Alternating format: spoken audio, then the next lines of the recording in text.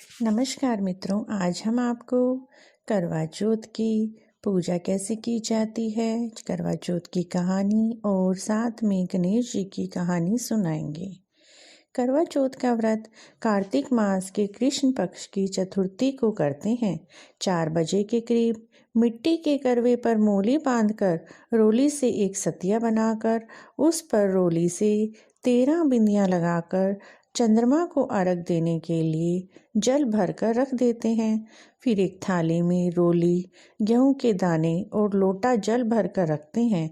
अपने माथे पर रोली से बिंदी लगाते हैं, लोटे पर भी मोली बांधकर सतिया बनाते हैं। फिर हाथ में गेहूं के 13 दाने लेकर कहानी कहते हैं। कहानी इस प्रकार, करवा चौथ माता की कहानी इस प्रकार है। एक साहूकार के 7 बेटे और एक बेटी थी, जो कि 7 भाइयों की लाडली बहन थी। 8 भाई बहन एक साथ बैठकर खाना खाते थे।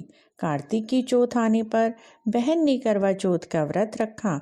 जब 7 भाई खाना खाने आए तो उन्होंने अपनी बहन को भी खाना खाने के लिए बुलाया। तो माँ बोली, आज इसका करवा चौथ का व्रत है, जब चांद निकलेगा तब यह अर्घ देकर ही खाना खाएगी। तब भाइयों ने जंगल में आग जलाकर छलनी में से चांद दिखा दिया। बहन भाभियों से बोली, चलो अर्घ दे लो, चांद निकल आया है। भाभियां बोली, ये तेरा चांद निकला है, हमारा चांद तो रात को निकलेगा। बहन चांद को अर्घ देकर भाइयों के साथ खाना खाने बैठ गई। पहला टुकड़ा तोड़ा तो बाल निकला, दूसरा टुकड़ा तोड़ा छींक मारी, तीसरा टुकड़ा तोड़ा तो राजा के घर से बुलावा आया कि राजा का लड़का बहुत बीमार है, जल्दी भेजो।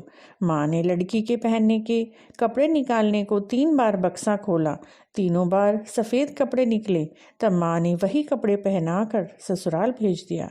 लड़की के साड़ी के पल्लू में एक सोने का सिक्का बांधा। माँ ने कहा, रास्ते में जो भी मिले सबके पैर पड़ती जाना, जो तेरा सुहाग का आशीष दे उसे यह सिक्का देकर अपने पल्ले में गांठ बांध लेना। रास्ते में किसी ने भी पैर पड़ने पर सुहाग का आशीष नहीं दिया। सबने यही आशीष दिया कि ठंडी हो, सब्र करने वाली हो, 7 भाइयों की बहन हो, अपने भाइयों का सुख देखने वाली। अब ससुराल के घर पहुंची तो दरवाजे पर छोटी ननद खड़ी थी। बहन उसके पैर पड़ी तो ननद बोली, सपूती हो, 7 बेटों की माँ हो, मेरे भाई का सुख देखने वाली हो। यह आशीष सुनकर उसने सोने का सिक्का ननद को दिया और अपने पल्ले में गांठ मार ली। अंदर गई तो सासू जी ने कहा, ऊपर कोठड़ी है, वहां जाकर बैठ जा। जब वह ऊपर गई तो उसने देखा उसका पति मर चुका है। अब वह उसे लेकर उसी कोठड़ी में पड़ी रही और उसकी सेवा करती रही। उसकी सास दासियों के हाथ बची खुची रोटी भेज देती। इस प्रकार उसे अपने पति की सेवा करते करते 1 साल हो गया। करवा चौथ का व्रत आया। सारी पड़ोसनों ने नहा धोकर करवा चौथ का व्रत किया। सबने सिर धोकर हाथों में मेहंदी लगाई, चूड़ियां पहनी। वह सब देखती रही। एक पड़ोसन बोली, तू भी करवा चौथ का व्रत कर ले। तब वह बोली, मैं कैसे करूं? पड़ोसन बोली, चौथ माता की कृपा से सब ठीक हो जाएगा। पड़ोसन के कहने से बहू ने भी व्रत किया। थोड़ी देर के बाद करवे बेचने वाली आई।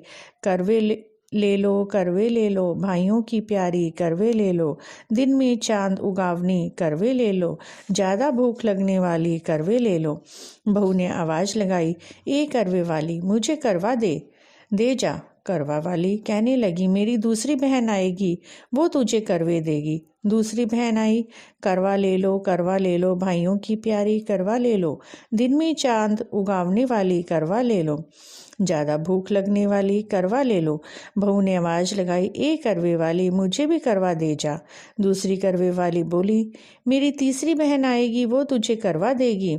इस प्रकार 5 बहनें आकर चली गई, पर किसी ने भी उसे करवा नहीं दिया। फिर छठी बहन आई, बोली, मेरी 7वीं बहन आएगी, वो तुझे करवा देगी।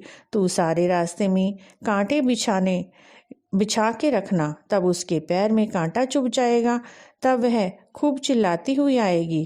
तब तू सुई लेकर बैठ जाना और उसके पैर पकड़कर मत छोड़ना, उसके पैर का कांटा निकाल देना। तब तुझे आशीर्वाद देगी कि तू उसके करवे मांग लेना, तब वह तुझे करवा देकर जाएगी। तब तू उदापन करना, जिससे तेरा पति अच्छा हो जाएगा। अब उसने वैसा ही किया। रास्ते में कांटे बिछा दिए।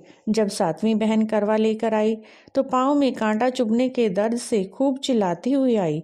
तो बहू ने उसका पैर पकड़ लिया और छोड़े नहीं, उसका कांटा निकाल दिया। तब उसने आशीर्वाद दिया तो बहू बोली, जब तुमने आशीर्वाद दिया है तो करवे भी देकर जाओगी। सातवीं बहन बोली, तूने तो मुझे ठग लिया। यह कहकर चौथ माता ने उसे आंखों में से काजल, नाखूनों में से मेहंदी, मांग में से सिंदूर, चितली उंगली का छींटा और साथ में करवे भी दे दिए। अब करवे लेकर बहू ने उद्यापन की तैयारी की और व्रत रखा। राजा का लड़का ठीक हो गया और बोला, मैं बहुत सोया। वह बोली, सोए नहीं, 12 महीने हो गए हैं आपकी सेवा करते करते। कार्तिक की चौथ माता ने मुझे सुहाग दिया है। उसका पति बोला, चौथ माता का उद्यापन करो। अब उसने चौथ माता की कहानी सुनी, उद्यापन किया, खूब सारा चूरमा बनाया। जीम कर वे दोनों चौपड़ खेलने लग गए। इतने में उसकी बांदी तेल की बनी पूरी सब्जी लेकर आई। दोनों को खेल खेलता देखकर सासू जी से जाकर बोली, महल में खूब रौनक हो रही है, तुम्हारे बहू बेटा चौपड़ खेल रहे हैं। इतना सुनकर सासू माँ देखने आई। दोनों को देखकर बहुत खुश हुई। बहू ने सास के पैर दबाए तो सासू बोली, बहू सच सच बता, तूने क्या किया। उसने सारा हाल अपनी सासू को बताया तो राजा ने सारे शहर में ढिंढोरा पिटवा दिया। अपने पति के जीवन के लिए सब बहनें करवा चौथ का व्रत रखें। पहली करवा चौथ अपने पीहर में जाकर मनाएं। हे चौथ माता, जैसे राजा के लड़के को जीवन दान दिया वैसे सभी को कहते कहते सबकी परिवार की स्त्रियों का सुहाग देना। इसके साथ विनायक जी की कहानी भी कही जाती है। विनायक जी की कथा इस प्रकार है। एक गांव में दो माँ बेटी थी। बेटी माँ से बोली, गांव में सब लोग गणेश जी का मेला देखने जा रहे हैं, मैं भी मेले में जाऊंगी। माँ बोली, वहां पर बहुत भीड़ होगी, कहीं गिर पड़ गई तो चोट लगेगी। बेटी ने माँ की बात नहीं मानी। माँ ने बेटी को 2 लड्डू और घंटी में पानी देकर कहा, एक लड्डू तो गणेश जी को खिलाकर पानी पिला देना, दूसरा लड्डू तुम खाकर बचा हुआ पानी पी लेना। बेटी मेले में चली गई। मेला समाप्त होने पर सभी गांववासी वापस आ गए, परंतु उनकी बेटी नहीं आई। वह गणेश जी के पास बैठी थी। एक लड्डू पानी गणेश जी तुम्हें खाना है, एक लड्डू पानी मुझे खाना है, यह कहती हुई उसने पूरी रात वहीं पर बिता दी। गणेश जी ने सोचा, यदि आज मैं लड्डू खाकर पानी नहीं पीऊंगा तो यह अपने घर नहीं जाएगी। इसलिए गणेश जी ने लड़के का रूप बनाकर वहां पर आए।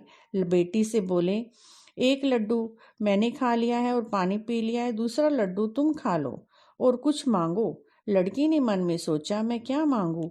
अन्न मांगू, धन मांगू, महल मांगू, सुहाग मांगू, खेत मांगू, बैल मांगू, बस इतना ही मांग लेती हूँ। गणेश जी उसके मन की बात जान गए। अब अपने घर जाओ, जो तुमने मन में सोचा है वह सब तुझे मिलेगा। लड़की घर पहुंची तो माँ ने पूछा, इतनी देर कैसे हो गई? लड़की ने कहा, आपके कहे अनुसार मैं गणेश जी को लड्डू खिलाकर पानी पिलाकर आई हूँ। देखते ही देखते जो कुछ बेटी ने मन में सोचा था वह सब कुछ उनके घर में हो गया। हे गणेश जी महाराज, जैसे आप उन माँ बेटी पर बरसे वैसे ही कहते सुनते हुंकारा भरते सब पर बरसना, हम पर भी बरसना। गणेश जी महाराज। आज के दिन चंद्रमा को अर्घ देते समय स्त्रियां हाथ में सोने की अंगूठी लेकर अर्घ देती हैं और यह दोहा कहती हैं, सोने की मुंदरी मोतियन का हार, चंद्र सूरज को अर्घ देती, जियो मेरे वीर भरतार। जय करवा माता की जय, करवा चौथ माता की जय। मेरी तरफ से मित्रों आप सभी को करवा चौथ की हार्दिक बधाई, हार्दिक शुभकामनाएं।